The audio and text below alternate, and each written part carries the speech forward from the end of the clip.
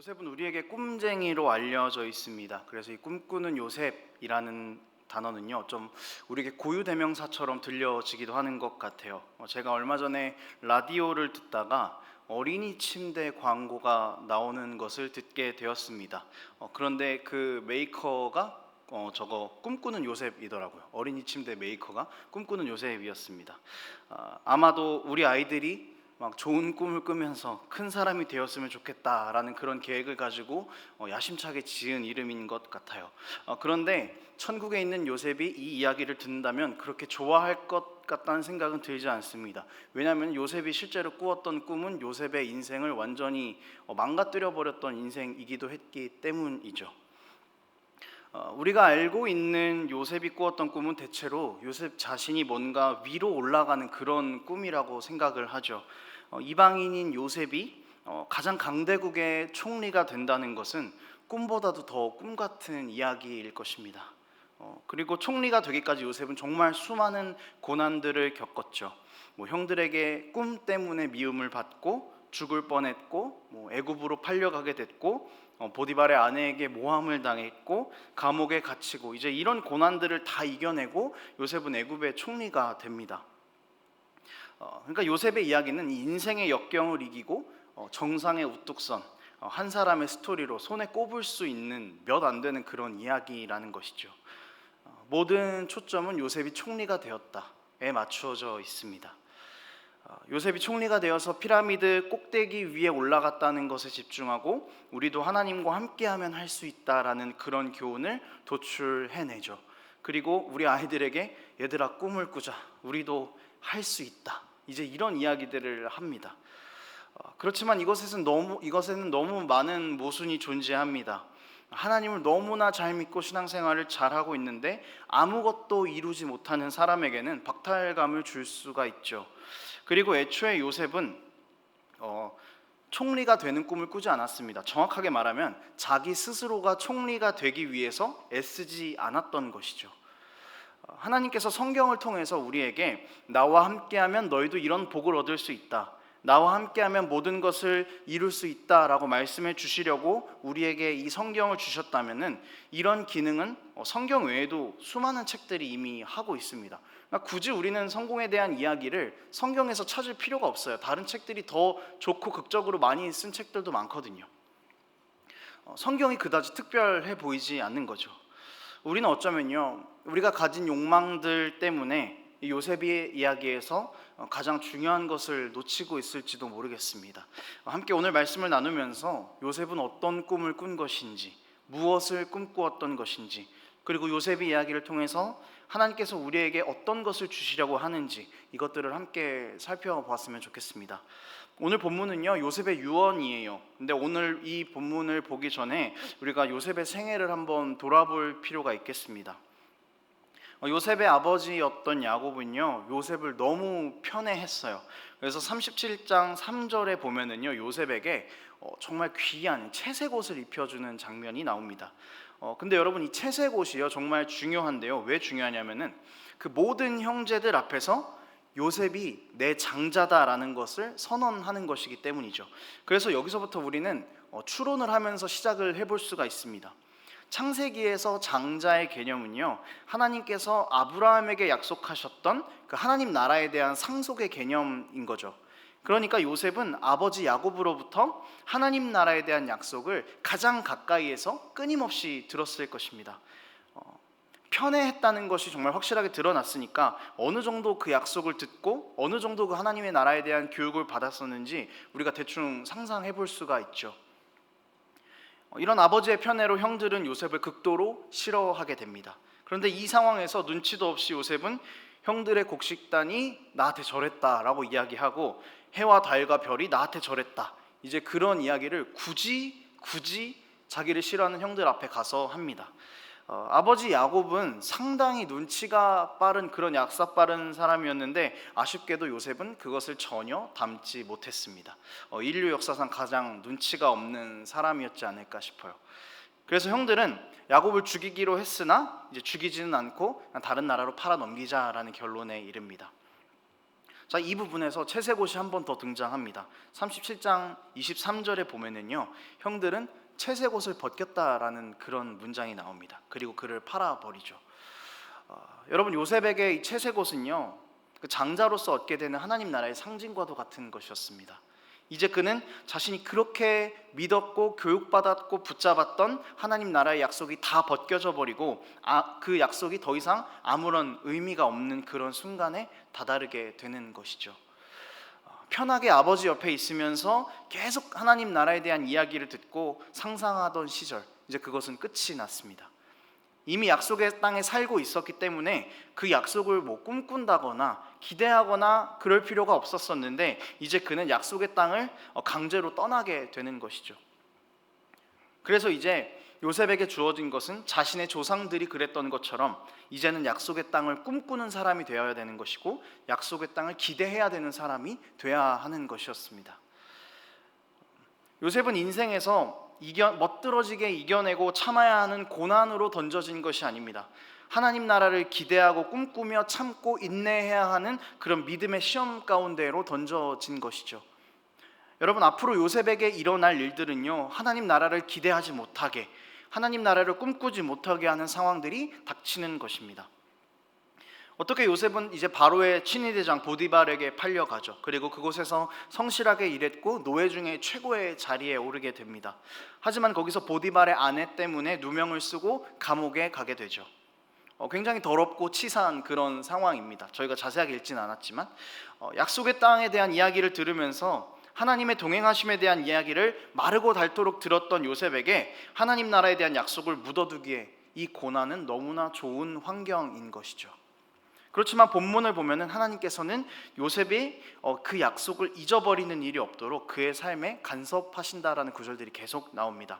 39장 2절, 3절, 21절, 23절 여기에 보면은요, 하나님께서 요셉과 함께 하셨다라고 반복적으로 이야기를 해주고 있습니다.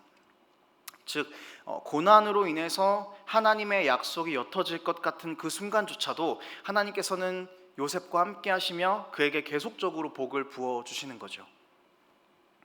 감옥에 갇힌 요셉은 또 이제 감옥의 사무들을 처리하는 그런 역할을 맡게 됐습니다. 그래서 그곳에서 술 맡은 관원장의 꿈을 해석하고 그와 좋은 관계를 맺죠.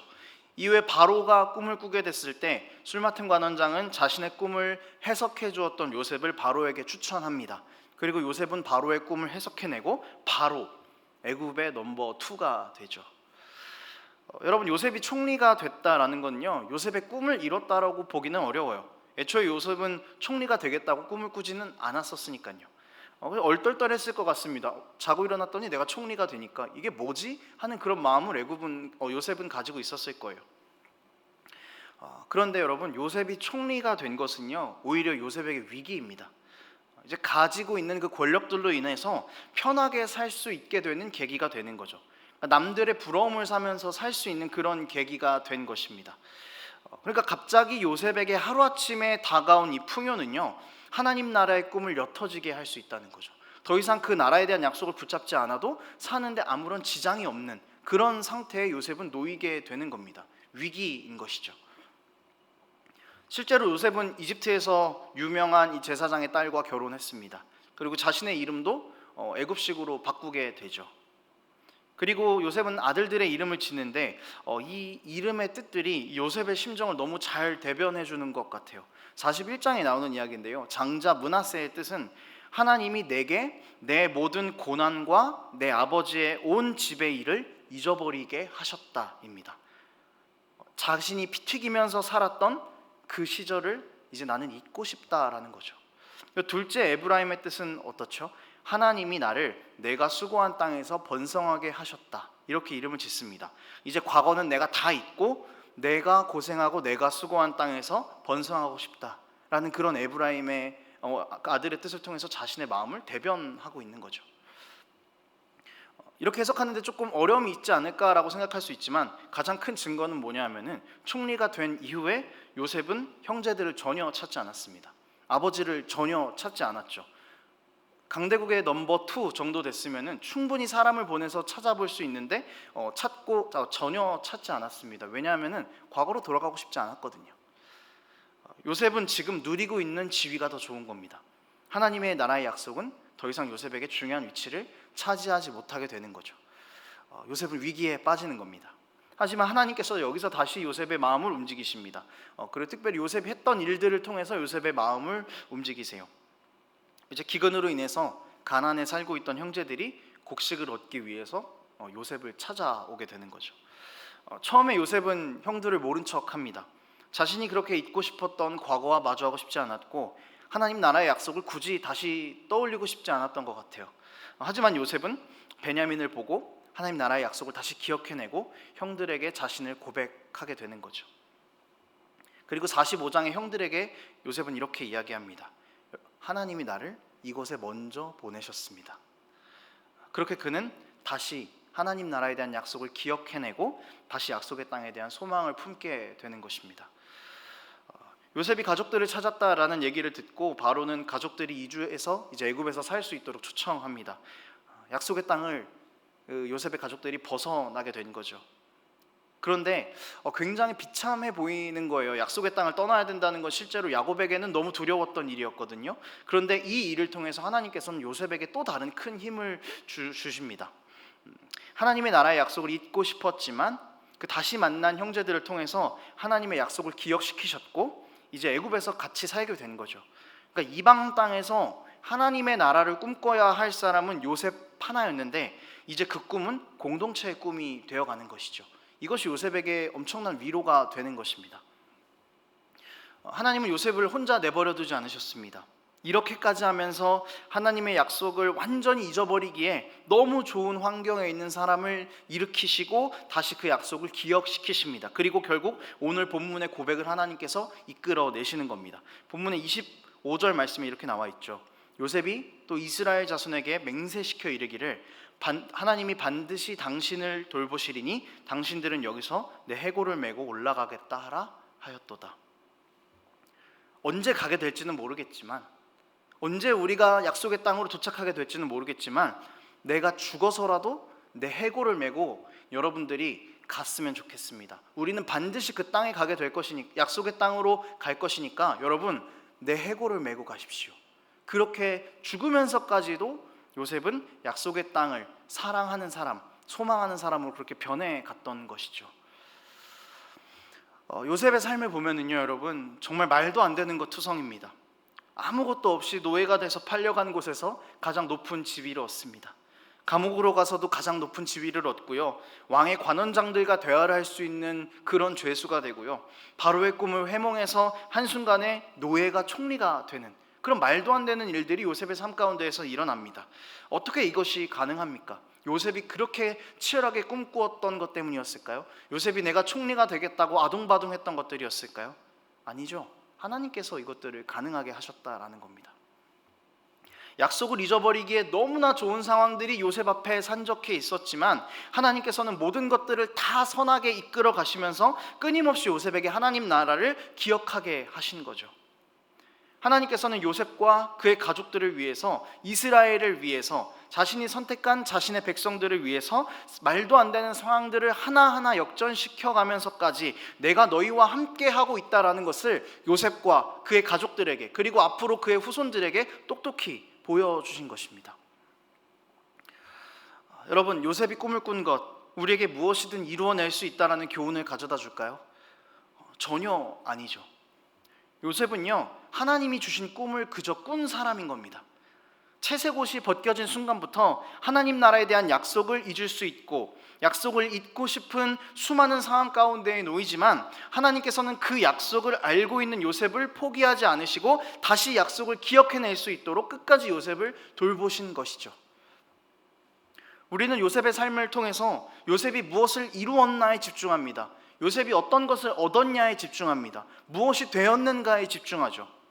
그렇지만 여러분, 이 꿈쟁이 요셉을 우리 머리에서 지워버린다면요, 우리는 하나님께서 요셉에게 행하셨던 일들에 집중할 수 있게 될 것입니다. 요셉이 뭔가를 한 게 아니에요.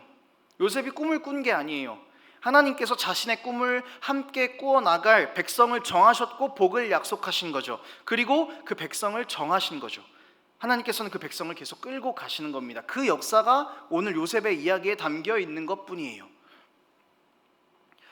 여러분, 요셉의 삶은 이 땅에서 하나님의 나라를 바라보며 살아가는 우리에게 무엇을 해야 하는가를 알려줍니다. 무엇을 꿈꾸어야 하는가를 알려줍니다. 채색옷이 벗겨지면서 인생에서 가장 비참한 순간으로 들어가게 된 요셉은 총리가 되었을 때, 또 고난을 받을 때 그냥 채색옷이 벗겨진 게 너무 잘 됐다고 생각했을지도 모르겠어요.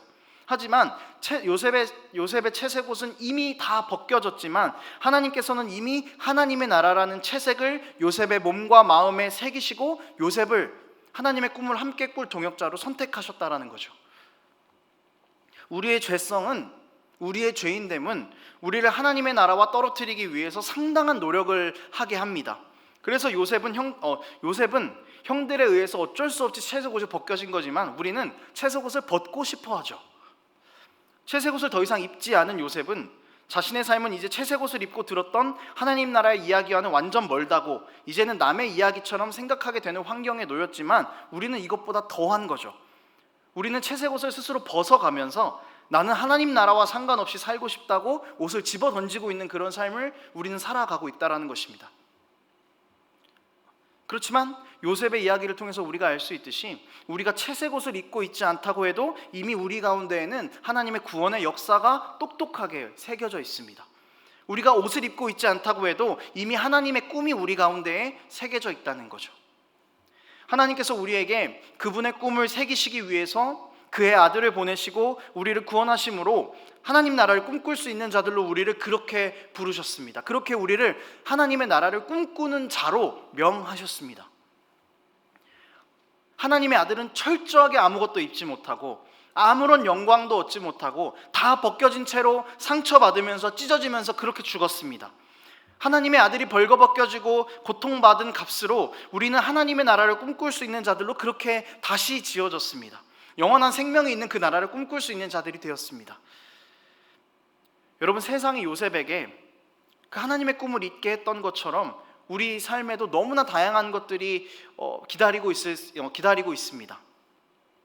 때로는 우리 삶이 우리 가운데 너무 어려운 고난들과 고통들로 하나님의 나라를 저버리면서 살게 만들 수도 있을 것 같아요.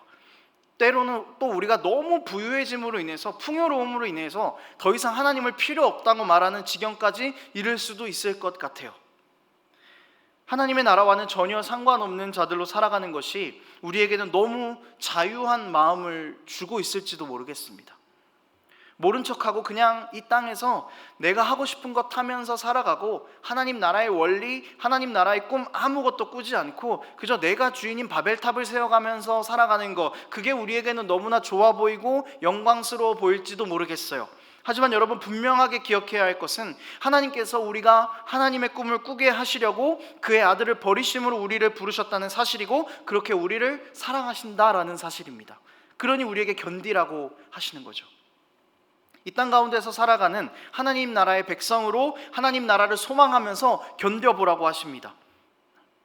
그 어떤 상황도 우리가 이 땅에서 하나님 나라를 꿈꾸는 것을 방해할 수 없도록 늘 지키신다고 우리에게 그렇게 말씀하고 계십니다.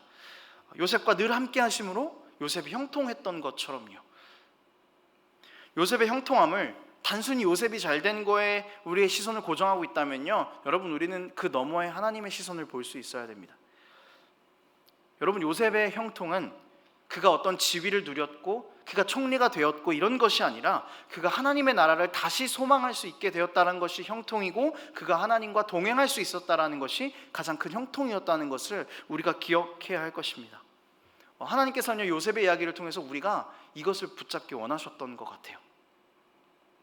하나님 나라의 약속이 새겨진 우리가, 하나님 나라의 백성인 우리가 하나님을 배제하고 하나님을 모르고 살아가는 이 애굽과도 같은 세상에서 하나님의 나라를 잊어버릴 수 있는 너무 좋은 환경들 가운데에서도, 어떤 상황 가운데에서도 우리가 그 약속을 놓지 않고 붙잡기를 하나님께서는 원하시고 계신다는 것이죠. 한 가지만 더 이야기를 좀 하고 말씀을 마치려고 합니다. 여러분, 하나님은요, 요셉과 늘 동행하셨던 하나님이셨죠. 근데 이건요, 우리가 성경을 읽고 있으니까 아는 거예요. 동행하셨구나. 그래서 요셉이 형통할 수 있었고 요셉이 이런 상황을 이겨낼 수 있었구나. 이제 우리가 관찰자 시점에서 이 성경을 보는 거죠. 새겨진 문자를 보고 있는 거니까요. 그런데 중요한 거는요, 요셉은 몰랐어요. 그렇죠? 요셉은 하나님이 동행하고 계신다라는 사실을 몰랐어요. 우리는 보니까 아는 거죠. 그렇지만 그는 시간이 지나고 모든 것이 하나님의 동행하심이었다는 것을 깨닫게 되었습니다. 이거를 우리가 붙잡아야 되는 거죠. 하나님께서 요셉과 함께 하셨다라고 하는 거는요, 요셉, 그 어려움 가운데 닥쳤던 요셉에게 하셨던 말씀이 아니라 이 말씀을 대하는 우리에게 하고 계신 말씀인 겁니다. 요셉의 이야기를 접하고 있는 우리에게 하나님께서 직접 말씀해 주고 계신 거예요. 이 땅에서 살아가면서 하나님의 나라를 꿈꾸고 인내하는 우리에게 하나님께서 내가 너희와 함께한다, 내가 너희의 삶을 다스린다, 내가 함께하는 너희의 삶은 형통할 것이다, 그렇게 우리를 위로하고 계신 것이죠. 여러분, 세상에 살고 있지만 세상에 속하지 않은 우리 하나님의 백성들에게 하나님의 동행하심이 늘 함께 할 것입니다. 여러분, 우리의 꿈이 하늘에 있지 않습니까? 땅에 있지 않잖아요. 그러니 여러분, 우리가 고난 가운데에도, 풍요 가운데에도, 우리 삶의 흔들림 가운데에도, 우리 삶의 안전함 가운데에서도 하나님의 약속을 잊지 말고 바라볼 수 있는 그런 천국 백성이 되었으면 좋겠습니다. 말씀을 정리하겠습니다. 꼭 이 얘기를 같이 나눴으면 좋겠다는 생각이 들더라고요. 여러분, 우리 꿈을 깹시다. 하나님을 이용하려고 이루려고 했던 나의 꿈을 깨버립시다. 하나님 잘 믿으면은 세상에서 무조건 잘 될 거야 라고 말하는 그 유혹의 꿈을 깨버립시다. 그리고 우리 다시 꿈을 꾸는 거예요. 가장 사랑하는 아들을 죽이면서까지 우리에게 의의 옷을 입히시고 하나님의 꿈을 새겨주신, 그 영원한 생명을 우리에게 주신 하나님의 마음을 알게 되는 꿈을 꿨으면 좋겠어요. 하나님 나라가 이 땅 가운데 임하는 꿈, 모든 죄악된 것들이 다 무너지고 하나님의 질서가 하나하나 회복되어 나가는 것을 위해서 우리의 몸을 내던지는 그런 꿈을 꿀 수 있었으면 좋겠습니다. 영원한 생명을 누리는 자로 우리가 살아가게 되는 그런 하나님의 꿈을 꾸는, 그런 꿈꾸는 자가 되기를 원합니다. 요셉에게는 소망이 없었죠. 우리에겐 더 소망이 없습니다. 그렇지만 하나님과 함께 동행하며 하나님 나라의 꿈을 꾸는 우리에게는 하나님이라는 가장 큰 영원한 소망이 함께 할 것입니다. 함께 찬양하겠습니다.